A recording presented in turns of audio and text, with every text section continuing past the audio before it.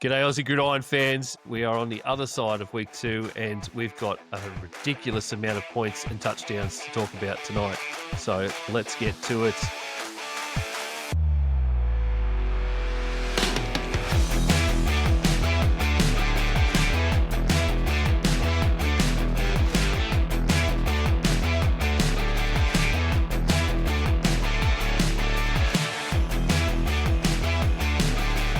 G'day Isaac, how you going, buddy? Oh, I'm really good. What a weekend of football. That's great. Absolute stomping weekend. So many big scores, so many touchdowns, so much madness. I've been trying to think of a theme for week 2, mate. We've got to think. Last week was week 1 lies, and I really need to figure out a theme for this week as we go along tonight. And we had our first 50 burger this week, which was nice to see. Lots of points. I wonder if that's shades of things to come. Hopefully, because I have quite a bold prediction on those guys. So, yeah, right. Well, maybe I don't know. Let's see. But week 2 madness sounds okay so far as a working title. I think we need to figure out something else as we go through tonight. Otherwise, I'll have to make up something. So you guys are going to help me tonight. Another week of reactions for us, and the second in our new thing here, where we're bringing on another NFL fan to come and sit and chat with us and talk about some reactions from the weeks that's gone and preview their team on TNF that's coming up in week 3. So tonight we have Matt joining us. How you going, Matt? Yeah, not too bad, guys. Not bad at all. Excellent. So we're really happy Matt can join us. He only shot up his hand last week, and I was looking for someone for this week, to be honest. And then Matt has been messaging Tay and I with some bets and talking about all kinds of football on the side. So I know he's mad for putting on some massive multis from what I see now, aren't you, Matty? Give or take. They only missed by a little bit, just a tad. Just missing by a little bit or a long bit is still missing. But we don't talk about the missing. I only talk about the wins. Only talk about the wins. We focus on the wins, not the losses. Yeah. So yeah, it's been good. So good to have you here, Matty, and we'll have a chat about all the week's reactions. Are you keen to do a bit of that? Absolutely. Cool. And then obviously, Bills Dolphins for week 3 Thursday night football. We can see by your picture here you're a Bills fan, so I'm guessing you're going to be very up for talking about a lot of Bills. I will be, yeah. I'm super stoked to have a Bills fan on finally because Bills fans in general fascinate me. I love the Bills. I love watching the Bills. They're exciting. Our great friend Mark Downey, who has been part of the network for a long time, once coined the Superman or the what was it, superhero syndrome, which is obviously is Josh Allen. Josh Allen. And we talk about that a lot. And then I just love watching the Bills. They can be fun, they're gritty and all that sort of stuff. But it's Bills fans that fascinate me. Buffalo fans just slamming through tables and chugging beers and having like massive cookouts, like some of the biggest tailgating cookouts I've ever seen on TV. It's a world I would love to be a part of at some point. I'd really like to go over and experience at least one of them at some point, preferably a snow game. Oh, that would be amazing too. That's the other thing. That's the other thing right. that gets me too. Yeah. When you get to late season and they're having snow games and you're like, whoa. I was going to say, can we try and get to put Matt through a table by the end of the show? We'll see how we go. I don't know. Not sure that will happen. I don't know if we're going to be able to do that because he did tell me he does have a bad back at the moment. So there's no the word's out on whether or not it was because he went through a table. We're not going to reveal that or not. No. So, all right, Matt, couple of questions, I guess. First up, we've already found out you're a Bills fan. We can see that by the jersey you are wearing. Tell me, what jersey is that you're wearing, by the way? I see 86. That's a Kincaid. Jersey. Kincaid. Nice. Right. He had a quiet year last year. Wasn't targeted a lot, but I still reckon he was great in his rookie year. Started the first 2 games off really, really well. So he got injured last year, though, didn't he? Yeah, towards the middle to back end. Kincaid won me a lot of money over the years too. The His rookie only year. the only other tight end that I've really, really liked, not even a build, Tucker Craft. That's it. Tucker Craft. Good Lord, that's a juxtaposition. And didn't he have a weekend? Didn't he what? Brilliant weekend. I've got a real fascination for tight ends in the NFL. I really do. It's just I don't know why I'm drawn towards it. Isaac giggles every time I say that. But yeah, I have a real fascination for watching. I just think of what Brad would say if he was here. I'd have to agree with you with tight ends. I should have got Brad AI out tonight. Oh, absolutely. A big fat no. There you go. I've got a few sound drops. Matt, all right. How long have you been an NFL fan? I've been watching on and off for like the last 10 years, give or take. I kind of first just started watching it just to watch it. And then once I started getting interested in it, it was, well, now I get to pick a team. You've always got the people who are like, oh, you picked the Patriots. No. No. Oh, you would have been around at the start. That would have been Patriots Dynasty, right in the middle of that, wouldn't it? Yeah, it would have been. 10 years, yeah. Decided you went the total opposite. How did we land on the Bills then? We landed on the Bills because I started watching them just before Alan joined, and then once he joined and I worked out what his story was like, I was like, and that is it. Yeah. Underdog story, I'm on board. I can see that. It's not just the underdog story. He's just a great dude. Damn straight. What is it? This year he's doing this thing where he's got a bunch of caps made from kids at the children's hospital that have drawn the Bills logo, and he's had them printed onto caps, and he wears that onto the field for practice at the start of every game. He's got that, and then he's also, I'm fairly certain that he's got like socks or shoes or something going too. Don't know which one it is, but he's got those kids working on a lot of things. All right, cool. Well, there you go. So as Matt, our Bills fan, our resident Bills fan for Gday Gridiron now. We're gonna amass one fan for every team. We'll be a friend of the network, everyone. So Damien's our Commanders fan. Now we've got Matt, our Bills fan. I'm not going to be able to recite all 32 names by the end of the season, though. So don't say that. Write them down. It'd be definitely here on the other screen in a document for me to be able to read them if I was going to do that. But so let's get on to some reactions, maybe some overreactions from week 2. To win games, you have to win the game, not lose the game, honestly. And that is how you lose the game. You're moving the. So yes, to win the game, he's spiraling. You have to win the game, mate. I'm still not sure how he is actually a head coach. After he's a brilliant mind, apparently, but last year went for him. Not amazing. This start, not great. No, not good at all.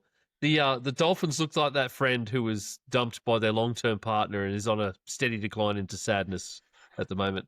I feel like every week I listen to something Mike McDaniel says or some of the other Dolphins players, and I'm just like, can someone get a welfare check, please? Because we're not in a good space right now. Yeah. Well, we've been talking the last couple of weeks that he's pretty much on the hot seat for us from the start of the season. I mean, they had a better game against the Patriots and they had a chance to win it, but Achane stepped out of bounds.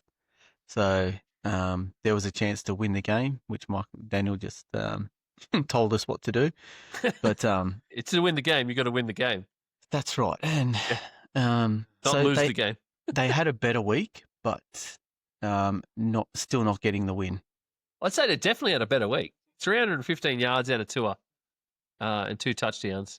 One of which, not one of which, but at least one of those receptions was Tyreek Hill breaking that streak I talked about last week, where it's been over a year since he had a reception of greater than 30 yards, and he had a 47-yard long reception this week.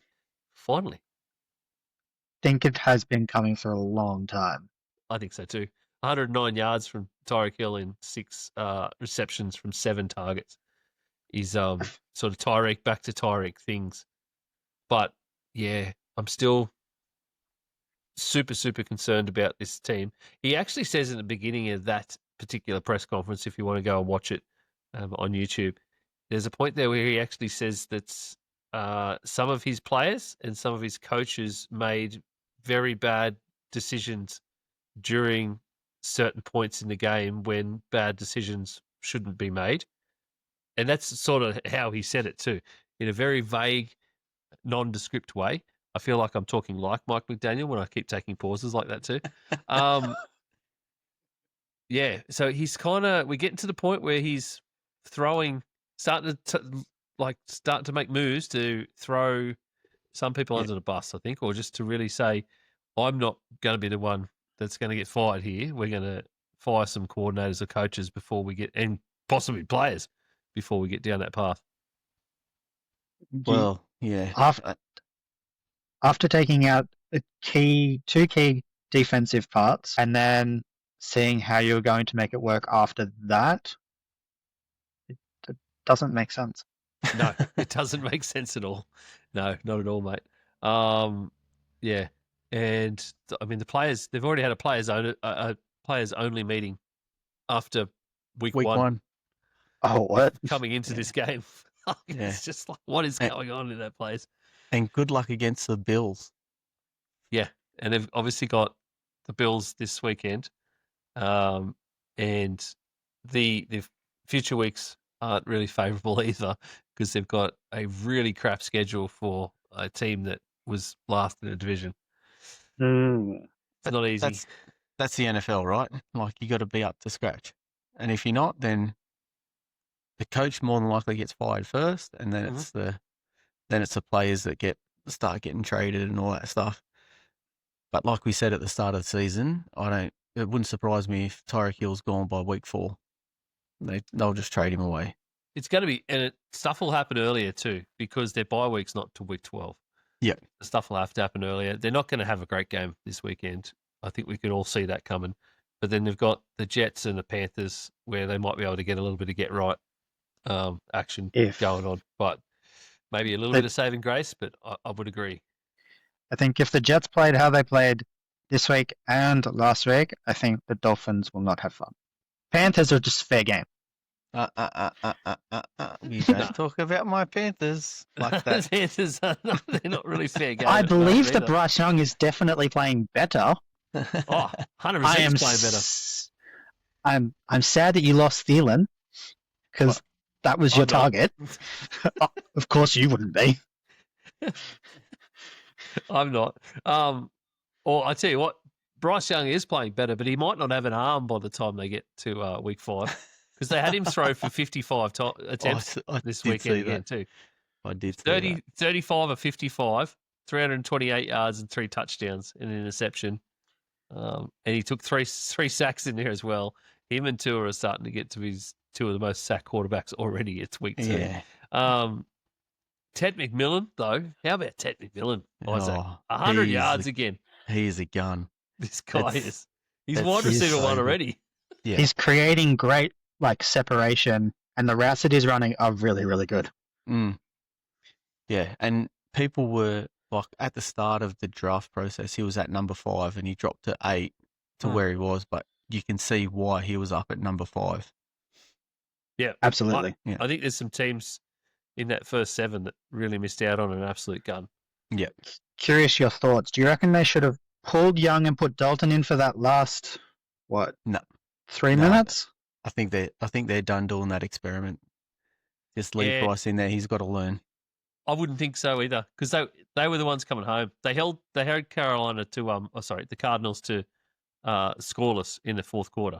So they were really coming home with wet sail and charging home and trying to get that win. And I think you want him to be able to lead the team and get those wins. Yes. It's no good just chucking Dalton in for stuff like that. You chuck him in games now where they are going to be well out of it, where they've got no hope of coming back. You might chuck him in. But again, I think you still want Bryce to experience that that end of the spectrum as well. He's already experienced the negativity, but you need to know how to have that in the one season, the positive and the negative, and those big highs. And like this whole game-winning drive stuff will come eventually. It'll come as second nature eventually, and I think that's where you just develop ice in your veins. To be honest, Just to be transparent with Matt, I'm actually a Rams fan, but I'm really high on the Panthers this year. That's why. Yes. That's why I call them my boys. he's going full like Super Bowl for the Panthers this year. Curious how you felt about Puka's ejection. I'll get to that. I'll get to Puka. He's got some thoughts on that I've got later. some stuff Actually, on I see Puka that in the later. run sheet. So,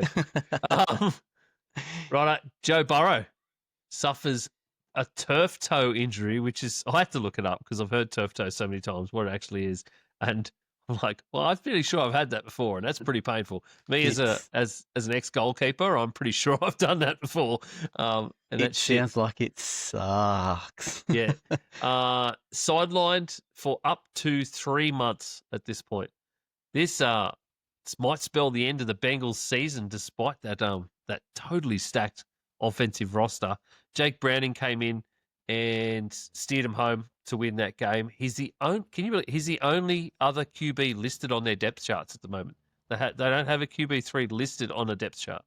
Brett Rippon is. Oh, Rippon! I think Yeah. I think they've just got him on a practice squad, so he's not officially part of the 53, which is the problem. They'll move him. They have to. Yeah. Well, They'll- you they'll have to now. move him. It'd be interesting to see who else they might go out and pick up, though. Jameis is calling. Jameis, hello. Hello, Shador. Yeah. Or anybody that the Browns Hey, draft. I could see them. I could see him, Isaac, maybe trading for Shador. I could see it too, but I could Back see to- it too, and then that whole water bet goes out the window, mate. You're yeah, done. I know. Yeah, get water on me. At least it's summer. Yeah, we are But, moving into the hot end of the year to do Going back to Joe Burrow's injury, his offensive line. This is why you don't spend all your money on skilled players. Mhm. I could see Nick talking to us now, going, "Spend some money in the trenches to protect your quarterback." This is why you do it. This is exactly why you do it. He's been There's- running for his there's- life. There's more than one team that needs to do that. Oh, Yeah. 100%. In the run sheet there, we've got the Houston Texans as well as CJ Stroud is literally running for his life for 60 minutes a week. And So- Yeah, Yeah. and this is why with Burrow, this is exactly why you can't have such a great skilled offense in terms of your skill players. And we're always talking about the wide receivers, which is the main thing. Chase Brown is pretty damn good Yeah. as a running back, but obviously it's Jamar Chase, T Higgins who took up the bulk of that money this season, along with Joe Burrow, and you can't just have that and then not build an offensive line that's going to be able to protect your quarterback so that he can get it to those wide receivers that you've just paid $1 billion for. Yeah. Yeah. And that's the thing. And you're right. You have to protect them. That's the whole game. The whole part of NFL, the biggest part of it is quarterback and protecting the quarterback. So, or invest in some good tight ends that know how to block. yeah, that too. That True. too would help because Mike Gesicki's not been the best blocker over his Yep. time. That's for sure. No offense, not too bad, but yeah, he's still not a Yeah. blocking tight end. No. So yeah, so that was crazy. What a crazy game too. Trevor Lawrence threw 42 times. Again, talk about losing your arms. 3 touchdowns, 2 interceptions in that. They weren't going great. Their wide receivers just catch a ball. Can you catch a ball? The There guy was a guy is putting darts into chests, into hands, and not even, you're not even attempting to catch a ball. And yes, we have a little bit of vision. I did put this in there. A bit of controversy, maybe a bit of I don't know, tough love. Something coming out and something going on in Jacksonville where after a drop, Liam Cohen telling Lawrence to put it on his chest, and what does Trevor do? Waves him off. Waves him off. So, yeah. I don't know. What do you reckon, Isaac?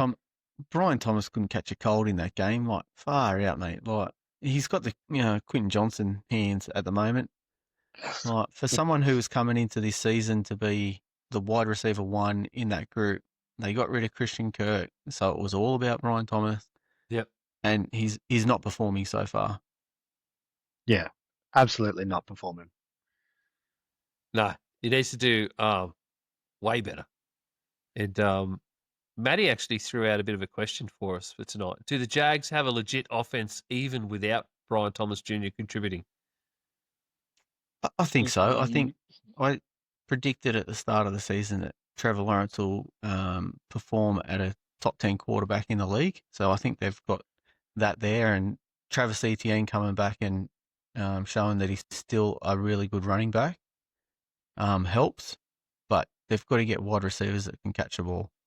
It's as simple as that. Yeah, Trevor's not throwing.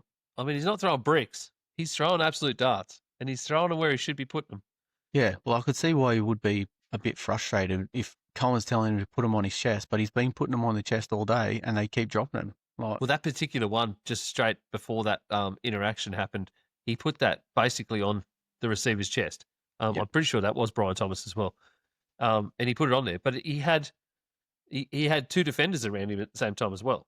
So you're in pressure, and he put it in the right space. But it is going to always be hard to catch for any wide receiver with that kind of pressure in your face. How did you feel the Travis Hunter experiment went in that week 2 game? I watched a good majority of it, especially in the first 2 quarters. His route running was good for Trevor. He was creating space. I think it's just because of his name and the fact that he has to play both ways. Yeah. But I felt as though his route running was great. There was, I think his second catch was heavy contact catch. But not sure how much they actually ended up targeting him on offense as opposed to when he was playing on defense. Yeah, I think that'll come though. They want to continue with that experiment. I tend to think that the name now will probably carry through to the point where he'll end up as just a wide receiver. But from watching his stuff in college, I think he's actually a better cornerback than he is a wide receiver. And he would have more longevity in the league as a cornerback, but he's going to be richer as a wide receiver. As a wide receiver, yeah, yep. But he'd be amazing as a back in the NFL. I think he'd be a better back too. Yeah, if he concentrated on that, he would be absolutely unstoppable. Number one, he would be totally. But they didn't pick him at number 2 to play cornerback. No, that's right. You don't pick a cornerback at number 2. How about we go to New York? To Dallas and Giants Cowboys. What a stonker of a game for early on a Monday morning. 40-37, 77 points. Russell Wilson threw 450 yards, 3 touchdowns, 1 interception. Dak Prescott threw 361 yards, 2 TDs, and 1 interception. Between them, they threw the ball 93 times. Oh, Jesus. Wow. Absolutely ridiculous. Javonte Williams got 97 yards on the ground for the Cowboys and a tud. CD Lamb, 112 through the air. Jake Ferguson, 78. George Pickens stepped up with 68. Malik Neighbors and Wan'Dale Robinson, though, both getting over the ton for the Giants, 167 and 142 respectively. Neighbors with 2 TDs, Robinson with 1. Holy shit. I don't think anybody expected this game. Man. Yeah, Matt. Yep. It just shows how the lack of defense that is in that, firstly, the Giants' defensive room. I'm surprised Dak was able to Russ was able to throw that far with, unfortunately, probably one of the worst O-lines in the game. But then what does that say about the Cowboys' defense? Oh, they're terrible. That's what it says. They're just one piece away, Isaac. According to old Jerry. But how good is Malik Neighbors? Oh my God, he's just a stud. What an absolute superstar he has come on to be this year. This game, I cannot get over this game. And you thought the game was over with, I think they scored with maybe 30 seconds left on the clock, that massive that long touchdown to Malik Neighbours, and he was calling for the game over. And then I personally think that the Cowboys have the best kicker in the game in Brendan Aubrey. So Biggest you boot. knew they were going to get a shot, and they took it. Yeah, one off. That's right. They took it. I think the Giants had it absolutely won. They all they needed to do on that field goal drive from the Cowboys was just stop them. But unfortunately, as Matt pointed out, there just seemed to be an insane lack of defense in this game. Yep. I just can't get over it. All they needed to do was get one stop in that drive and stop the Cowboys from getting into field goal range or to get him anywhere near Aubrey's field goal range. But they couldn't. He hit a 64-yarder to tie the game in regulation at 37 all. And it's Crazy. Squiddy, you got to stop teams on your own line now to stop a kicker.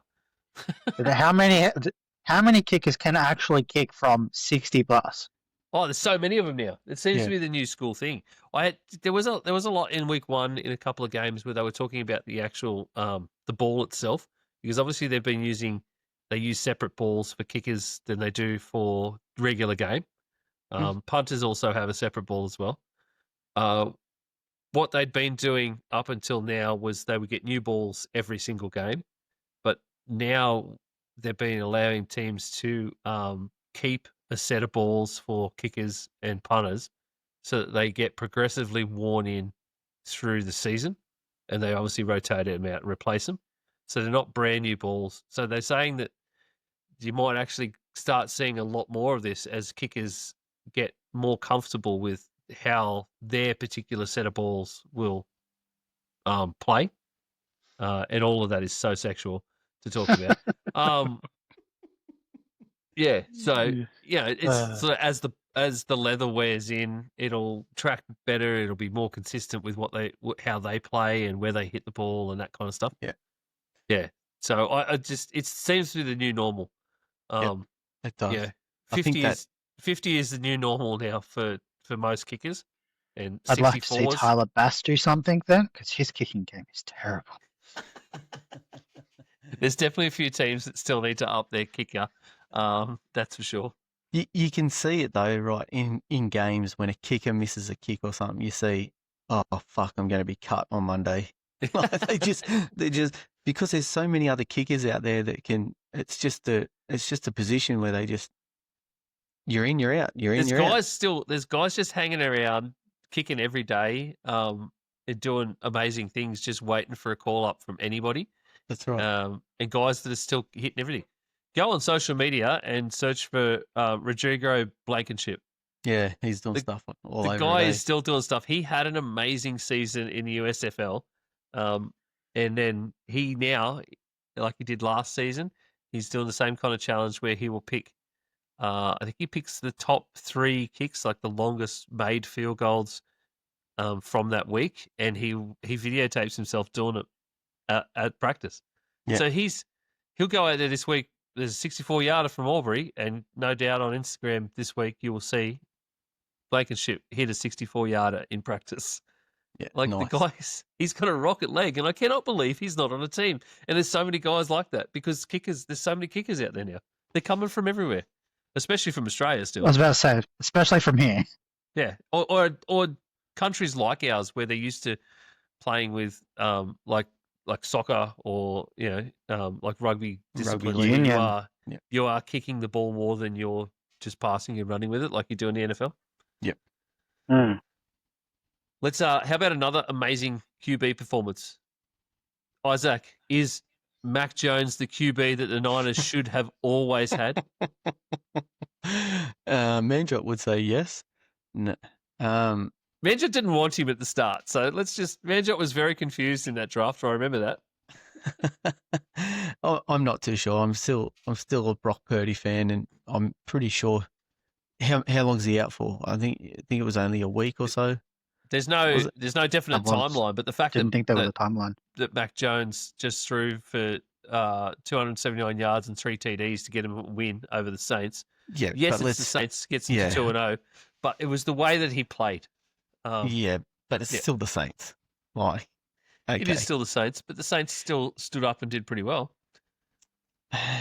Against a depleted 49ers Yeah, I was team. about to say it's a depleted Um, attack as well. Like, Yeah, I think they still need Purdy back. I think he's still a better quarterback than Mac Jones. Well, I think I reckon he'll still be in this week. Think Okay. about that. I'll give you that. I reckon he might get another run this week because if Purdy is still not 100% right, they've got the Cardinals this week. In saying that, though, they don't really have many weapons to throw it to with no Kittle Oh yeah, and Brenda 100%. Ayuk's out. So, and their offensive line has been playing terrible. So, to get that kind of performance, good performance, but yeah, I still think they've paid Purdy in the offseason. So, sorry, Mac. Not sorry, Mac. It's I a think- return to the bench. yeah, I agree. I think Purdy's a far better quarterback. I think he proved last year that he's not just a system quarterback, losing so many key offensive players so early. Yeah. I think he's a good quarterback. I think the same with Daniel Jones having left the Giants and is now playing well on the Colts. Yeah, 100%. Well, we wanted in our preview from last week. I asked the question. We need questions answered about the Broncos and the Colts from week 1, and we absolutely got them. Daniel Jones is a QB1 in this league, Isaac. He calmly picked apart the Broncos defense to throw 23 or 34, 316 yards and a touchdown. Did some rushing too. Yes, that whole game, scoring-wise, it was Spencer Schrader. We talked about kickers before. Spencer Schrader. That guy's missed one kick in his entire time in the NFL. It hasn't been long yet, but one kick so far. The look on his face when he missed that kick? No, he's missed one other one. 5 of 5 field goals, including a walk-off 45-yard field goal after missing a 59-yarder. But the Broncos defense gave up a leverage foul to move the kick 15 yards closer with an untimed down to end the game. So it meant that Schrader could take that 45-yard attempt, and he did a walk-off field goal to do that. Yeah, mate, QB1, Daniel Jones. They said he couldn't play, Isaac. Okay, let's do the comparisons to what everyone is comparing them to. Where is Derek Carr right now? What do you mean, where's Derek Carr? He's nowhere. Where's Derek Carr? He's retired. Yeah, Did he do this last year in weeks 1 and 2? he did. He yes. did. And he's But not on a But team. he was on the Saints, who still have the same Saints team with a lack of weapons, a lack of talent, a lack of coaching. I would have liked to have seen Daniel Jones actually get to play properly under the Vikings O-line last year, because I felt the same. Watching the Giants play for so long, seeing how poorly that front 5 protected him, who wouldn't be afraid that he's going to get absolutely smashed every single snap? He's playing with the freedom to know, if I'm going to get hit, it's not going to be often. I've got 5+ targets I can throw to. That's the point I was going to make. Like, the wide receiving core that he's got is decent. Michael Pittman's playing really well.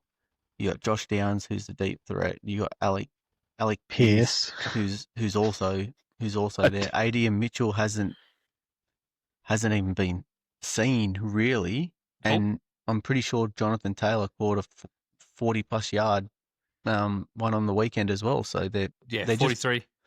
43. They're firing on all cylinders. So it's good to see Daniel Jones going well, and we'll see if it continues. I think this is just more endemic about the Giants, to be honest, and Brian Daboll. Yeah, because I don't like him because as a Bills fan.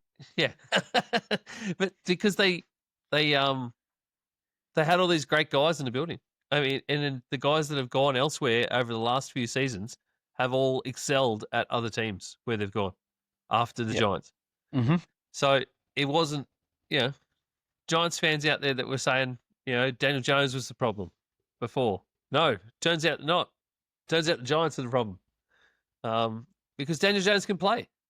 And I might be a bit facetious in saying that he's QB1, but he can play. And at this point in time, on the Colts, it's still, like I said in week 1, Anthony who? Yeah. It's put that to bed, hasn't it? Big time. There was no way he was starting week 1. I No. never saw him beating Jones out. I don't want to say it, but I feel like he's a glorified running back with an arm. A little bit, yeah. There's been a few of those over the years. But the Justin Fields is the same. It's very much, when are they going to hit what Lamar can do, or Yeah. Allen can do, or Jaden Daniels can do? Where it feels like they just tank somebody out because that's just what they can do, and then move forward. Yeah, for sure. And it's not to say that the Broncos didn't play well. They played okay on offense, but I don't think they played great. They're still not cohesive at all. Cortland Sutton the way- played like arse. Yeah, but the way He that Jones hasn't picked played apart well the under defense Nix. was, yeah. No, Which I agree. Yep. my Denver friend may or may not agree with. But the Denver defense also losing Pat Surtain after the second quarter was a big That loss. hurts. I do felt that first quarter, so another weapon of Daniel Jones's is the new tight end Warren. Great tight end. Mhm. I think where that first field goal they had to kick, there was a definite bit of a grab of the They miss it a lot. shoulder. Oh, yeah. Yeah. The Vikings have played 8 quarters in the NFL this season. 7 bad, 1 okay. Not even good or great, just okay. JJ McCarthy's made some pretty poor decisions, but his stars sort of have been letting him down week to week, and I think we saw that again this week.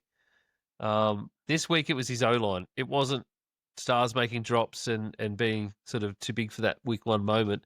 This week it was the O-line that basically fell apart and were decimated throughout the course of the game. Injuries to the offensive line now include Christian Darrisaw, who is out for this game anyway, Ryan Kelly and Justin Skull both picking up concussions. We're down to a 3rd string center and 2nd string tackles, both sides. Others out for the Vikings right now, and the injury list is starting to look like a phone book. Safety Harrison Smith is out. Linebacker Austin Keys is out. Gabriel Murphy, linebacker, is questionable. Jeff Okuda is out. Andrew Van Ginkel is out. Aaron Jones is questionable. And now, after the game, JJ McCarthy is also questionable for next week against the Bengals, which means we will have Carson Wentz versus Jake Browning. What a matchup. What a matchup. Well, do you think, Ian, that the JJ McCarthy injury is so bad for him to be out? Because he hasn't really looked overly impressive. Are they just getting Carson Wentz in to just stem the flow of criticism that's probably going to come his way if he has another poor performance? I don't know. I don't know whether it's they don't want to beef up the injury too much because people will carry on because there has been poor performances. But you can write off why the poor performance was there. Like, he played well in week 1. Yeah. It was just that his own receivers, his own stars were making uncharacteristic drops. Even Justin Jefferson had really uncharacteristic drops. And in week 2, like, he was just getting destroyed. We talked about earlier about guys just running around for 60 minutes. That's essentially what was happening. He was having to scramble and get through really small gaps in the O-line because they were just crumbling around in front of him. He got sacked so many times and pressured heavily. I don't know whether it is just it's steady the ship. I don't think it would be steady the ship. They believe so much in him. Mm-hmm. And I think week 2, it's probably not that. If this was week 4 or 5, that coming out of week 4 or 5, and we're still at this point, then maybe it would be a steady the ship thing. I'd like to agree. I think the injuries and that front O-line was not protecting it all. I watched that whole entire game. The only other thing that was absolutely destroying you was the 2 linebacker pickups from the Falcons. Yes. That was it. Those two players were making very key, just tearing you apart through that whole middle. Wasn't giving him any time, and your running backs were not having fun either. One of the biggest things that the Falcons did really well was stop the run game. Yep. They stopped the run game from eventuating in any way possible. And of course, it was basically a field goal-a-thon until the fourth quarter. So everybody was in it. But the Vikings ended up with just 78 yards total on the ground. And JJ McCarthy was 25 of those himself. So, they stopped the run game. They stifled it completely. And that was a big part of it. Yeah. And it shows how. And on the other side, the Vikings defense absolutely stifled the Atlanta passing game. So that's where that game came about. It shows how important Aaron Jones is to that offense to get things going. Jordan Mason can step in and do a good job, but Aaron Jones needs to be the man there. Yep. Well, Jordan Mason's going to have to step up this week with Jones questionable. Yep. But speaking of running backs, how good is Bijan Robinson? Man, that dude is a freak. He was unstoppable. Every time they got the ball, it's basically like a mini Henry. Is it Bijan or Bijan or No, he says it himself. They were doing it on the broadcast. Yeah. I don't know whether you caught that. They were doing it on the broadcast. I did see it where they asked him, and then and he said it himself, Bijan. But then when he does his game intros, it's by Bijan. I reckon he's hammering it up. 100%. He's just making it known to us. But he's totally mini Henry. That's all he reminded me of. You could not stop him. As soon as he had the ball, once he was past the line of scrimmage, see you later. Yeah, he's amazing. I think your linebacker, because that was where he was making a lot of the breaks. Like he was going through that D tackle area because obviously they're trying to get to Penix. That linebacker line that you had was not doing its job to stop how much he was running through. Yeah. But the screens that they were throwing up for him were great as well. Yeah. That's the Atlanta offense, right? That's just Bijan and some more Bijan. Pretty much. Yeah. Yeah. Sprinkle in a little bit of Drake London and sprinkle in some Kyle Pitts. Oh. Kyle Pitts got 37 yards in this game. Oh, look out. Breakout. Look out. Kyle Pitts lovers. He's back. Matty C. We're on Matty C. All right. Isaac, do you want to bring us home with a little bit of talk about the Rams and Puka Nacua? I know you had a pretty interesting question. Yeah, well, I'm wondering when he's going to start being talked about as a top 5 wide receiver in the league. Like every week he's consistent and every game he's just there. He's doing the brunt of the work. He doesn't get many touchdowns, but he does the brunt of the work, getting them up the field, and then the touchdowns go to this year Devontae, or it was Cooper Kupp last year, or it's Kyron Williams just running the ball in. So I've got some stats here. So his rookie year, he had 105 receptions for almost 1,500 yards, which is 14.7 yards per reception. 2014, he was a bit injured. 2024, he was a bit injured. 79 receptions for 990 yards, which is 12.5 yards per reception. And this year so far, 18 receptions for 221 yards, 12.3. So basically, he's averaging a first down every reception. And when the top wide receivers in this league get talked about, his name doesn't come up. He gets talked about top 10, but I think he's really working his way into a top 5 wide receiver in the league. How much of that is Stafford? Well, you don't know because his QB is only Stafford, right? So, but to get that open and to get a first down every reception, like I haven't looked into Justin Jefferson's numbers and Jamar Chase's numbers, but I can't say that they're averaging 12 yards a reception. Not at the moment, no. Definitely No, not at the moment. Not last season. But I would agree, mate. I would actually say he is top 5. He's one of the top 5 wide receivers in the NFL right now. My Obviously, only Chase caveat Jefferson, he's up there with him. to those two is a lot of the time Chase and Jettis are getting two-manned double teamed, whether it's a high safety or whatnot. I feel as though I think Puka is definitely a top 10. Yep. Only reason I don't think he's that top 5 just yet is because he's not often being double teamed because he does have that other receiver that's sitting there. Yep. This year Yeah. it's Devontae Adams. I feel as though the pressure then goes to Devontae, leaves the routes that Puka typically runs more open for him to get. Because they're what? Mostly either they're, I'd say, an out route or a crossing route, and that's it. But his go routes are so quick. Yep. I personally really like Puka. Yeah. Yep. He showed this week he could do it all too. Yeah. A rushing touchdown. mate. Rushing touchdown, yeah. 45-yard rushing touchdown. Yeah, I know. How good is he? He's got an average of 45 yards per carry at the moment. Well, look at him go. So Yeah, he's a top running back in the league as well. Why not? Yeah, mate, I would have to agree. I think he is top 5 wide receiver, and I reckon he'd be hard pressed to find logical people that would say that he's not. Yeah. To be honest. So Anyway, that was my reaction this week. Aussie, It might be pretty obvious, but I am not Matty C. NFL, Absolutely stoked to have it on the podcast, mate. Welcome. fantasy, Tay, I think it's time you just abused your mate here. Would you rather be fighting zombies or aliens? find hidden gems, And with that, we're into some breakouts. I'm glad you're stalling because my results last week were a hot piece of ass. We all had our struggles, mate.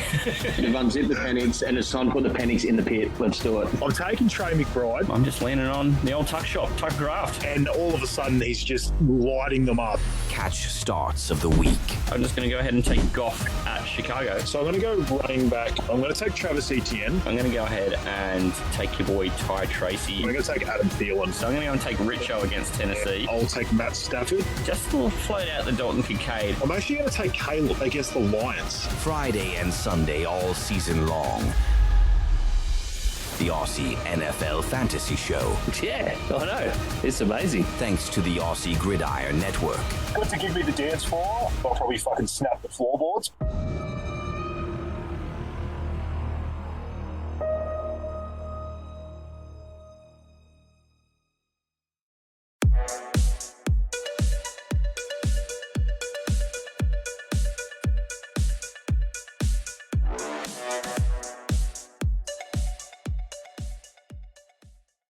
how about we move on from reactions and we hit some Thursday night football. Miami Dolphins at Buffalo Bills. 10:15 a.m. this Friday, Australian time, at Highmark Stadium, Orchard Park in New York. The Dolphins come to town to take on Matt's Bills. The line is ridiculous. So The it Bills should are be. favoured by 12.5 at the moment. The total is a very small 49.5. I feel like, Matt, this could be a blowout by halftime. The only thing that I'll give Dolphins is if Tua can throw it over our linebackers, I feel as though our secondary as a whole is going to struggle a little bit. I just feel, and I felt it for the last couple of years, our secondary is just not. I'm not sure if it's the way that McDermott runs the defense, but that secondary often lets a lot of yards through. Well, I'll go and say that I think this is just going to be hurtful for the Dolphins. I mean, if they keep Josh Allen in, That's my other. if they're up by 30 or 40, I reckon they're dragging Josh Allen out of there. They'll drag James Cook out of there. They'll just put him in bubble wrap, and I think it's going to be a long Thursday night for the Miami Dolphins, and I can see it being over by halftime. Yep. Yeah, I'm just going to go right now and have a look to see what Mitch Trubisky's over-under is. Because, yeah, I can see it being well and truly over by halftime.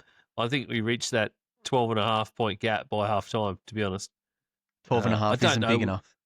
No, I don't know whether that 49.5 total will go, but yeah, I still believe that they'll be over the 12.5 gap before then. And it's away from Miami. Like Miami like playing in their stadium at the start of the season. It's in New York. Like everything is against them in this game. The only thing that favours them in terms of going to New York right now or going to Buffalo right now is it's that not cold. It's not snowing. Yeah, it's not cold. Yeah. It's not snowing. They're not having to do it at the wrong time of year. Yeah. So, yeah, that's about the only thing that favours them. But I cannot see the Bills faltering in this. I like a lot of what the Bills are doing. They will have to keep some guys in there, and I think some guys are going to get a lot of minutes to get right in the world. Matt? Yep. I think they pull Keon out too. I think they've got to get. Well, we've spent the money on him. You're going to have to use Curtis Samuel and players like that you've gone and spent the money on. You didn't really need to. Have you still got him on there? Is he still playing? Yeah. Okay. He's still there. Gabe Davis is back as well. Like, I felt we were doing okay in our receiving core with the 3 tight ends that we run. The couple of wide receivers, our third back, Davis, and it just felt like you didn't need to go and grab those 2 players. Mm-hmm. I would have preferred it if they got rid of Samuels and kept Mac Hollins, personally. Yep. And then I just think on defense, yeah, I think it's just if they throw it over our linebackers or if our linebackers don't get there, I'd like to see Epinesa get in there. It's a pity we're going to miss Ed Oliver. That's going to make me sad. He's a beast. Yeah, so I think the Keon Coleman thing that you bring up there, Matt, I think I'd leave him in there to practice his route running and all that if you're up by a lot. Just to, like, he's only in his second year. Keep him out there, keep him running the routes and with a different quarterback as well to see what he's like with someone else in the game. I felt he was very injury prone last year. Okay, yep. That's my only concern. Yep. I just feel as though he was very injury prone last year. If he goes out and tries to do something that he should be able to do, all it takes is for one underthrown ball or an overthrown ball or something like that. I just feel as though injury prone, maybe don't risk it. Yep. Fair enough. I feel like it could be a trap game for the Bills as well, though. You never know. If you go in there thinking the wrong attitude and the Dolphins can actually successfully stop your offense, that's going to be the big thing. Or their offense in particular get going for once. We saw a little bit of that this week with Tyreek, as we talked about, sort of coming around again, getting 100-yard games. If Tyreek and Jalen Waddle both pop off at the same time with Tua and they get it over the Bills' defense, then we might be up for an interesting game. And I really hope it ends that way because it's Thursday night football, and those particular island games deserve that kind of level of competition. So, yeah, I still even think if the offense pops off, the defense can't stop anything. Yeah, the defense is a worry, but if their offense pops, then we could be in for an interesting game. That's probably where I was getting to. Maybe 100-50. Yeah. So there's a lot of. I think Tua will throw a lot. I think there might be a lot of passing yards. Obviously their downfall at the moment, the Dolphins' offense is actually scoring points. So it's the actual scoring of the points. It's not getting yards. It's not throwing a ball. Making completions. It's getting points themselves. Getting touchdowns. Yeah, they don't seem to do well once they hit red zone and getting over that line. Yep. If they use A-Chan a lot in the red zone, I think they might. Yep. I just think that the way that he runs and the fact that is that big dual threat of he can run, but he's also got good hands. Mm-hmm. Yep. I think that's where, if they do score a lot of points, if it's not off long balls, that's where it's all going to come. It's got to come from HN. Yep. Yeah, totally agree. Totally agree. Matt, I know we mentioned before you like a bit of a bet. What have you got? You got any sort of quick lines in this game for people that might be want to bet on Bills Dolphins? I reckon Kincaid gets in. Kincaid for an anytime touchdown. Yeah. I reckon Tua will throw for at least 225. I just think he'll be able to air it out over that secondary. They've only got to give him enough time for. He's got Tyreek. Waddle's quick too. Yep. If he gets time to air it out to those two, I think he'll hit that. I like that. Nice one. I like that. I agree with you with the HN rushing. I've actually got him down for around 50 plus. I like your 2 or 225. So I'm just chucking some of these into a multi. Kincaid I haven't even thought of it. Kincaid in for a touchdown. He's paying some good money there as well. The only other one, I reckon that the Bills might run James Cook early. So I reckon pretty early on, we might see a James Cook touchdown before he comes out of the game. So, but there's so many cool things here. Obviously, if you are betting, I would probably try and stay away from the. Don't do it, mate. Yes, stay away from the over-unders on a lot of the passing yards, rushing yards, receiving yards, etc. on the Bills players, because as we said, that if the game does start to be a blowout, they're likely to pull a lot of them off the field. So maybe look at your unders there. Go your Brad style bets. Mr. No Fun. Mr. No Fun. Go see your big yardage bets on the Dolphins, because if they do pop off, they've got some good value at the moment. It's like some really good money. So they're good multi-builders. So you will get there pretty easily. So just those 4 lines we just did then, 15.50 in a multi at the moment. So that's a nice little 4-legger for an easy Friday game, really. Beautiful. All right, cool. Matt, it's been awesome having you on tonight.